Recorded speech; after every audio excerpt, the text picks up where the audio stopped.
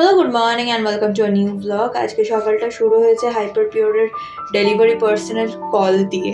মানে ওনার কলেই আমার ঘুমটা ভেঙেছে আজকে। এবং সকাল সকাল নিজের পার্সেলগুলো পেয়ে গিয়ে বেশ ভালো লাগছে। এই একটা 6 কম্পার্টমেন্টের গার্নিশ ট্রে নিয়েছি, যেটাতে আমি বিভিন্ন রকমের জিনিস যেমন হ্যালাপিনো হোক বা বেল পেপার্স, ক্যাপসিকাম, অলিভ, যাবতীয় সমস্ত কিছু রাখতে পারবো এবং কাজের সময় ভীষণ সুবিধা হয়। কারণ তোমরা বুঝতেই পারছো যে কাজের সময় অত জিনিস খুঁজে বার করা বা এই কৌটো ওই কৌটো এই ডাব্বা ওইভাবে রাখলে না খুব অসুবিধা হয়। আর এটা যদি অল্প অল্প অ্যামাউন্টে আমি বার করে রাখতে পারি হাতের সামনে, তাহলে খুব সুবিধা হবে। তো সেটা নিয়েছি। তার সাথে এই মাল্টিপারপাস কন্টেনারটাও নিয়েছি। এটা বেশ সুন্দর লেগেছে এবং স্টেনলেস স্টিলের, আর কোয়ালিটিটা খুবই ভালো এসছে। মানে আমি হাত দিলাম, তো হাত দিয়ে বুঝতে পারছি যে বেশ শক্ত ভারী, মানে ওরকম পলকা লিকলিকে ওরম টাইপের নয়, একদম ভারী সলিড জিনিস দিয়েছে। তো খুবই ভালো। তার সাথে নিয়েছি কন্টেনার, মানে যেগুলোতে পার্সেলগুলো যায় আমার। এবং তোমরা তো দেখছো যে আমার ফিশ চপের প্রচুর অর্ডার আসছে, টাচউড, বাট সেই কারণে আমার বক্সগুলো শেষ হয়ে গেছিলো, তাই জন্য বক্সেরও অর্ডার দিয়েছিলাম।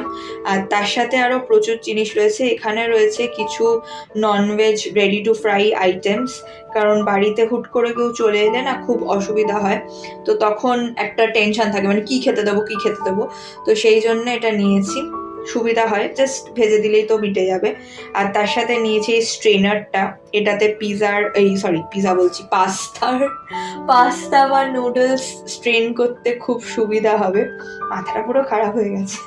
তার সাথে নিয়েছি এই সসের বটলসগুলো, মানে সস ডিসপেন্সার, এতে সস রাখতে পারবো। তার সাথে আরও বিভিন্ন জিনিস, ধরো মেয়নিজ রাখলাম, তো সেই জন্য দুটো রঙের নিয়েছি। আর তার সাথে পিজা পাস্তা সসের একটা প্যাকেটও নিয়েছি এবং একটা নিয়েছি টিস্যু পেপার হোল্ডার। তোমরা আগের ব্লগ যারা দেখেছো তারা জানবে যে আমার আরেকটা টিস্যু পেপার হোল্ডার অলরেডি আছে, তবে সেটা বড়, কারণ সেটাতে 3টে কাটলারি হোল্ডারের সেগমেন্টও রয়েছে। তো সেই জন্য ওটা বড়, ওই কম্পার্টমেন্টগুলো ছাড়া এরকম একটা ছোট টিস্যু পেপার হোল্ডার হলে আমার খুব সুবিধা হতো, সেই জন্য সেটা নিয়েছি। তার সাথে এই জোম্যাটোর সেলোটেপগুলো নিয়েছি, আমার অর্ডার ডেলিভার করতে সুবিধা হয় বলে। আর এই হচ্ছে সেই পিজা পাস্তা সসের যে প্যাকেটটা বলছিলাম, আমি ভিবার নিয়েছি এবং এটার কোয়ালিটিটা আমার বেশ ভালো লাগে। আমি আগেও ব্যবহার করেছি, তোমরা যদি কেউ চাও তাহলে তোমরা নিতে পারো। আর তারপরে এসছিলাম ছাদে, আর মেঘটা দেখো, আকাশটা দেখো, পুরো নীল আকাশ আর তার মধ্যে সাদা সাদা মেঘের, উফ কি দুর্দান্ত দেখতে লাগছে। মানে দেখেই মনে হচ্ছে পুজো চলে এসছে, এটা ভাবলেই আমার মনটা খুশি হয়ে যায়। যাই হোক, লাঞ্চে রয়েছে ভাত, তার সাথে রয়েছে মাছ ভাজা আর চিকেনের ঝোল। এই চিকেনের ঝোলটা আমাদের যিনি হাউস হেল্প, উনি সত্যিই খুব ভালো বানান। আর মাছ ভাজা দিয়ে ঘি ভাত খেতে কার কার ভাল লাগে আমাকে প্লিজ বলো, আমি ভীষণ ভালোবাসি খেতে। আর আমি কাতলা মাছ খেলে সবসময় পেটির পিসটাই প্রেফার করি। তারপরে যাচ্ছি নাচের ক্লাসে, বহুত দিন হয়ে গেছে নাচের ক্লাস যাই না, এবং ম্যামকে বলা ছিল যে একটু কাজের চাপ রয়েছে, নাচের ক্লাস যেতে পারছি না। সব কিছু ব্লগে হয়তো আপলোডও করে উঠতে পারি না, কারণ সব সময় ওই ভিডিও হচ্ছে কি না এই দেখতে দেখতে না কাজ করা খুব ডিফিকাল্ট হয়ে যায়, সেই জন্য করে উঠতে পারি না তোমাদের সাথে সবটা শেয়ার, তবে চেষ্টা করি যতটুকু সম্ভব শেয়ার করার। তো আমি একটু জলযোগে ঢুকেছিলাম, কারণ আজকে লাঞ্চটা তাড়াতাড়ি করেছিলাম এবং একটু খিদে পেয়ে গেছিলো। তো ভাবলাম যে গড়িয়াহাট যখন নামবই, আমার যে ডান্সের কস্টিউম মেটেরিয়ালগুলো ছিল তোমরা দেখেছো আগের ব্লগে, আনবক্সিং করার ব্লগ ছিল, তো সেই কস্টিউম মেটেরিয়ালগুলো আমি দিয়ে যাব আমার দোকানে আর কি, টেলারের কাছে, মুস্কানে, ভীষণই ভালো কাজ করে। আর এই একটা জিনিস দেখে বেশ ভালো লাগলো, সেটা হচ্ছে মিষ্টির দোকানে লাইভ কাউন্টারে চাট হচ্ছে বিভিন্ন রকমের, এটা কিন্তু আমি দেখিনি কোথাও।